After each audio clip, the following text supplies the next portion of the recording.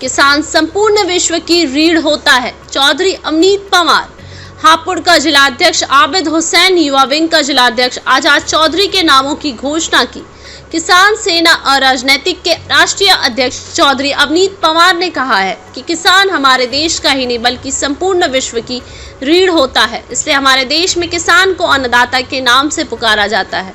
जिस प्रकार जवान हमारे देश की सीमा की रक्षा करता है, इसी प्रकार किसान अपना खून पसीना बहाकर अपने खेतों को सींचता है। तभी तो हमारे देश के पूर्व प्रधानमंत्री रहे लाल बहादुर शास्त्री ने नारा दिया था कि खेत में किसान, सीमा पर जवान।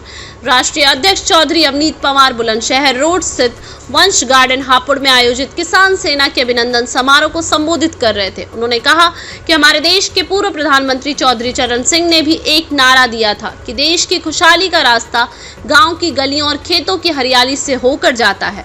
उन्होंने कहा कि किसान सेना के गठन का उद्देश्य किसान, मजदूर और मजलूमों की आवाज को बुलंद करके उन्हें न्याय दिलाना है, ताकि किसी भी विभाग के अधिकारी या कर्मचारी को उनका शोषण करने का मौका न मिल सके।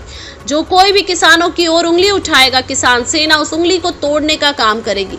साथ ही चौधरी अवनीत पवार ने किसान आयोग बनाने की मांग करते हुए कहा कि जब हर प्रकार के आयोग बनाए जा सकते हैं तो फिर किसान आयोग क्यों नहीं बनाया जा सकता। उन्होंने बताया कि जनपद हापुड़ के जिलाध्यक्ष आबिद हुसैन को बनाया गया है तथा युवा विंग का जिलाध्यक्ष आजाद चौधरी को बनाया गया है।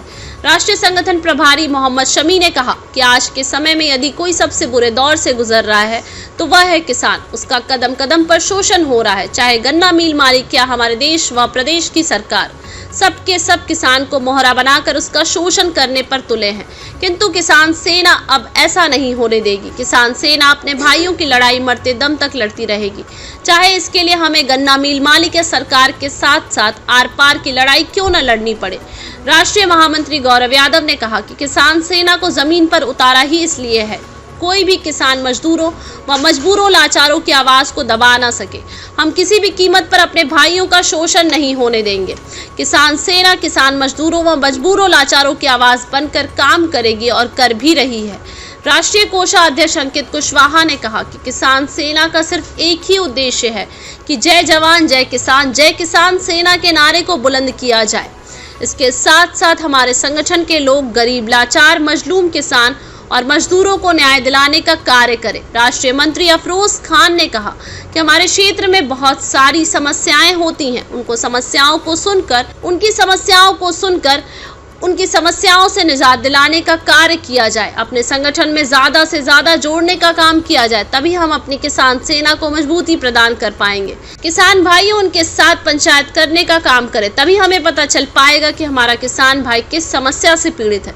प्रदेशाध्यक्ष अवनीश कुमार ने कहा कि संगठन में बहुत बड़ी शक्ति होती है और संगठन शक्तिशाली बनाने का कार्य उसका कार्यकर्ता व पदाधिकारी करते हैं। अगर हमारा संगठन मजबूत है तो हम किसी भी प्रकार की लड़ाई अपने संगठन के माध्यम से लड़ सकते हैं। अपनी आवाज बुलंद करके कहो कि किसान सेना बच्चा नहीं रही, वह पूरी तरह से जवान हो चुकी है। वह अपनी लड़ाई खुद लड़ने में सक्षम है। प्रदेशाध्यक्ष चिकित्सक प्रखोष डॉक्टर अकील अहमद ने कहा कि खुद ही को कर बुलंद इतना कि खुदा बंदे से पूछे, बता तेरी रजा क्या है। हमें अपना आप को इतना बुलंद करना है कि जो हर कोई आकर कहे कि हमें तो किसान सेना में जाना, वही हमारी लड़ाई पूरी जिम्मेदारी के साथ लड़ सकती है।